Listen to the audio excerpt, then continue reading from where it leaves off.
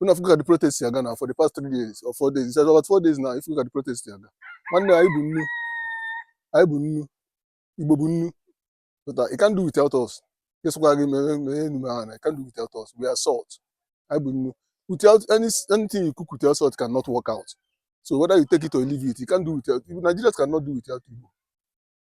They can never do without IGBO. We are the salt. And no matter what you cook, no matter the ingredients you put in any meal, without salt, it cannot work. If you're cooking anything, whatever you're cooking, for that thing to be favorite, for that thing to be sweet, for that thing to make sense, one need get in here. Oh, IGBO. So if you only have thought on an IGBO, you go. When you have this in work, you must put it salt. And IGBO BU salt, IGBO BU NNU. You can't do without us. You can't do without IGBO. Look at the process now. How far? It's like 4 days now. Nothing they happen. How far? I'm not saying that the people that are protesting are superior. No, but without us, the thing is not going well. Look at NSAS now. You know, as they be now. When NSAS day, nothing like IGBO, nothing like Hausa, nothing like Yoruba.